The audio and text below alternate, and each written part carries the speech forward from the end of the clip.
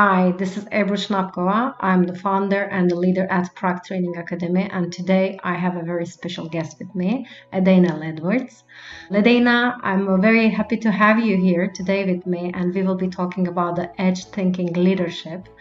Ladana is a very inspiring leader, not only a very good friend of mine, but also she is very inspirational to me. When I look at her leadership, she is bridging the human and business in a very holistic approach. Ladana is partner in Deloitte, and she is running very transformational projects across the organization. So, Ladana, welcome. I'm very delighted to have you here. And I have listed a couple of questions around this holistic approach and edge thinking leadership. Welcome. Super. I'm really happy to be here. Thank you, April. To start with, the theme of the International Leadership Week is reinvented leadership. That's what we are discussing. So, what's your view on that? Have we really reinvented the leadership over the past 20 months? Yeah, I think it's evolving leadership. And I mean, if you look kind of historical context, we used to have leaderships that were the great men, you were born leaders. And then they said, no, you could actually train leadership, and they had certain capabilities. And then there were all these different kinds of like inclusive leadership. So there's all these different brands of leadership. But what I feel has happened, especially since COVID, is that the world has changed. We've gone totally digital transformation, and the skills and the capabilities that leaders need now in this new world are very different. And it's really going from that more kind of traditional hierarchical command and control, managing performance pressure, to really ones that is really about actually letting go of control, building more trusting the intelligence of your organization, the people in your organization, and finding ways to hear their voices, because you as the leader cannot have all the information. Even leadership, so teams of leadership cannot have all the information. So it's really shifting of being kind of the person that's kind of leading the way to a leader being facilitating communication, facilitating understanding, and helping others do their job. So I think that's the big change. The big change is uncertainty. And in uncertainty, you can't control uncertainty. So how can you be more resilient, and how can you trust others to help lead? Yeah.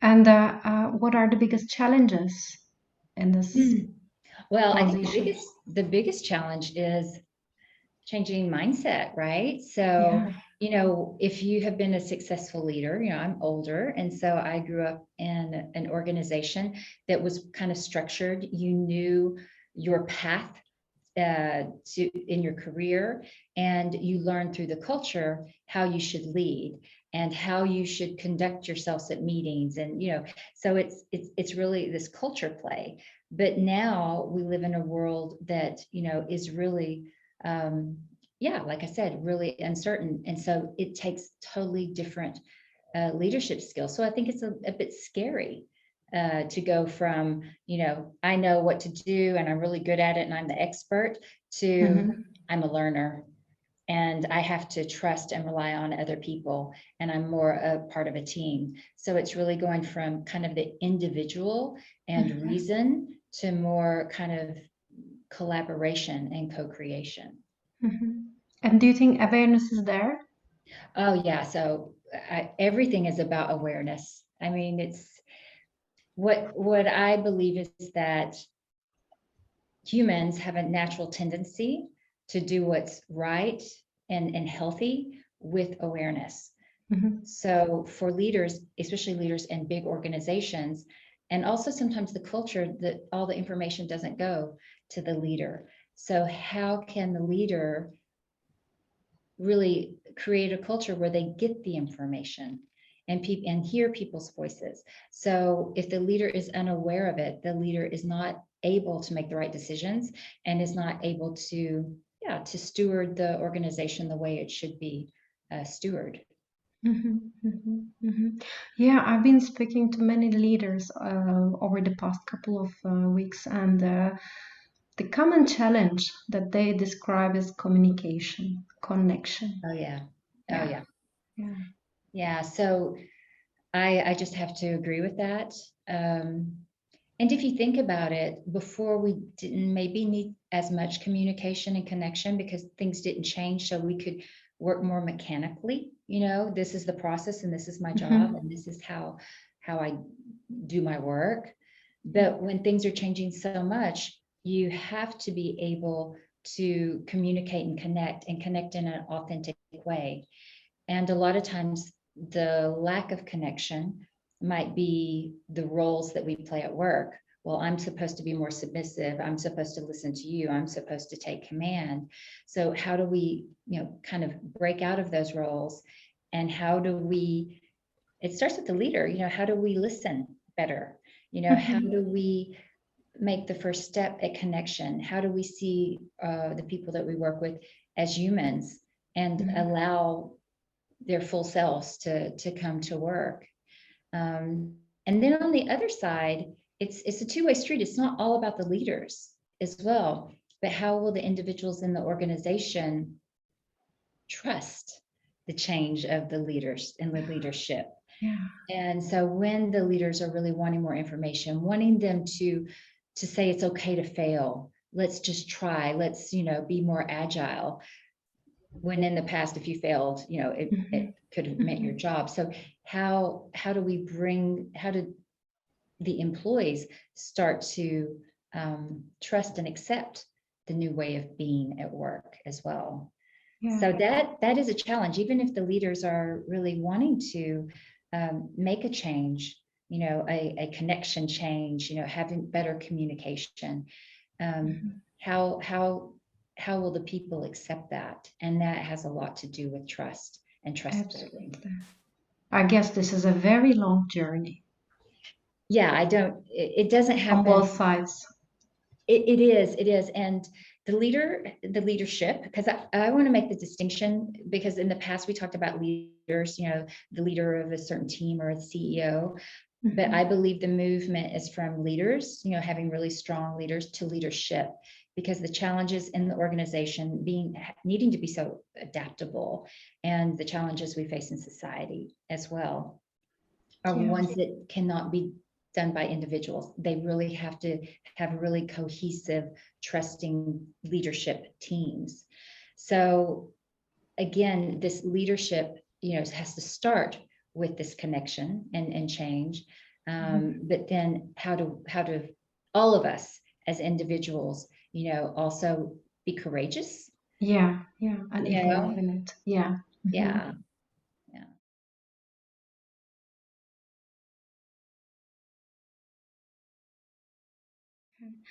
Would you describe to the new leaders or the young people who are in the transition to the leadership role, what is edge thinking leadership? What does Yeah. it really So refer to? yeah. So Deloitte, we have a Deloitte Center for the Edge, and our Center for the Edge it's been around, I think, about 15 years, but it was really to help leaders, CEOs, usually like in global companies, to really project into the future and to see where the business was going. Mhm. And then based on that information, go 20 years out, now it's more like 10, and then come back in and start to look at what needs to happen with that future in mind. So Deloitte Center for the Edge Leadership is really looking at what do leaders need to do? How do they need to grow and develop so they can lead organizations in transformation? So we're living in a world in transformation. All the businesses are transforming. There's different kind of models. Everything's going digital. Mhm. We can't be experts in everything. So does the leadership emerge Yeah. in time with what is happening in that moment? And really, Mhm. what we are doing, we're looking at how do we, if you think of it in the circle, so you have the leader and leadership in the middle, then you have Mhm. the teams and organizations and society. So for us, it's really like, how do we work on that inner game, really understanding who you are as a leader and how you construct that narrative of what you are in the future, now and in the future. Yeah. And then also pulling them, that awareness piece, pulling them out from just their organization out to this broader perspective to see how their organization fits into the community, society, and the planet. And so we believe that in the 21st century, the role of leadership expands beyond the borders of the organization. And it's really the responsibility of these leaders to be educated in what's going on in the world around climate change, around diversity and inclusion, and really, like, what is the impact that their organization has on our planet. So for us, that's edge leadership. That is really going to the edge, really rethinking what is leadership and how can we as leaders evolve ourselves. Because without evolving ourselves and gaining more awareness and understanding of ourselves, it's going to be really hard for us to lead our organization. Absolutely. Yeah. And what is the biggest struggle there? Well, I think the biggest struggle is moving from more kind of an individualistic approach, certain kind of KPIs that were based on individual performance, just how we organized our teams as well, to really moving it to more relationship based. So instead of more individual and what are the performance of individuals, what's the performance of the whole team, but also in relation to the whole organization. So it's really a shift in mindset from individualism to collectivism, right? And I think that is a challenge because it is so baked into a lot of our processes, how we evaluate, performance management systems. There's so many, our culture. We're blind to it a lot of times. So gaining that awareness of how all of those systems, which are, historical, are no longer fit for purpose. And how do we then co-create, not just create, co-create new systems that are more holistic and healthy for the future. Yeah, very, very, very inspiring. Really, I'm really hopeful that we are going to be creating throughout these weeks this awareness that where the really leadership is going, what's next for all of us, like to get prepared, both on individual level and also at the organizational level. Okay. What is success for Ladana? Oh, success for me.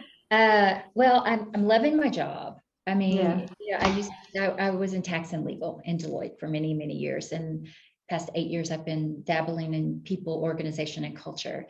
And I guess I'm getting older, but my mission in life is really leadership awakening. And I don't mean it in any woo-woo way. I just really mean it in really leaders taking responsibility of personal growth and development.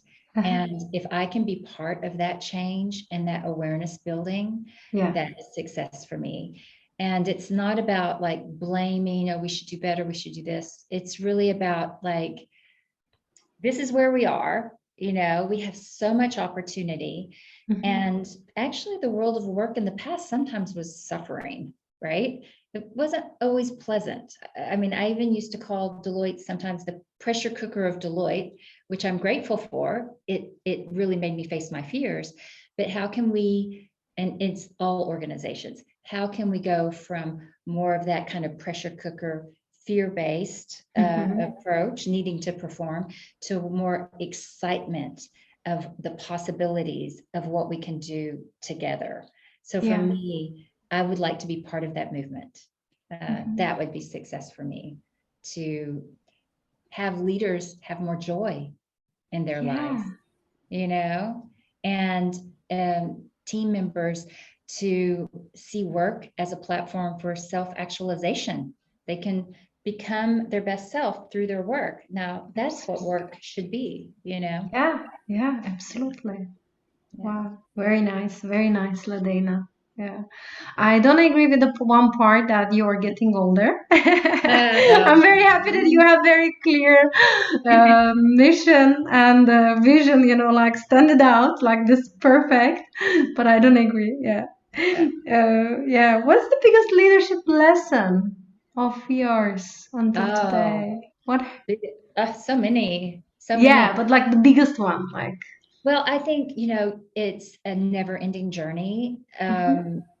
I've done so many, I went to did a coaching diploma for 2 years. I'm always working Yeah. on myself and thinking, oh yeah, I'm going to be, I'll get to this point. But now I realize I let go of that because I know it's just a continuous journey. So my biggest lesson is that enjoy Yeah. the journey. Like that's what's fun about it. It's not like to get to a certain point, but my lesson is that I pray that I'll always be learning and growing and developing and Mhm. learning some blind spots that I don't see at the moment that will come up, and to be open to accept that and humble in the process. Yeah. Yeah. Do you have any recommendations for these young people? Mhm. Um, what what they should be really focusing on developing on their leadership journey? Oh, I believe for me, leadership is very diverse now. Before we had like kind of set ideas of what is a great Yeah. charismatic leader. And I think just like really be true to yourself, Mhm. question why you want to be a leader, what you want to contribute, why should you have a leadership position and These what are is, such important and the right questions to ask. Absolutely. yeah. Yeah. Because if it's just for position, it will be empty once you get there, Mhm. right? So just really understanding, and I do believe that people that are really authentic, people feel it, Mhm. and and you'll get to you'll get to a position being your authentic self that really suits you. But if you're trying to be something to get somewhere, you'll get there and really will be unfulfilled. Mhm. Is what I find with leaders. They've worked in a system, they knew how to play the game, and Mhm. then they get to the top, and they're like, and now what? And they can Yeah. even go through a bit of depression, even Yeah, they're lost. They're lost. lost. Yeah. Yeah. Yeah. Yeah. Yeah. So I That's think what. that's the biggest challenge is Mhm. we didn't, there was like a couple of ways to leadership when I was coming up. Um, Mhm. but now people can be more authentic, and it is about inclusivity and diversity. And I think it is amazing time to be a young person in the world. It's kind of scary. It's really uncertain. Things are going so fast, but there is so much opportunity if you focus on the right thing and not just Mhm. about money and position. Yeah. Yeah. Okay. Well, thank you so much, Ladana. Thank you. Yay.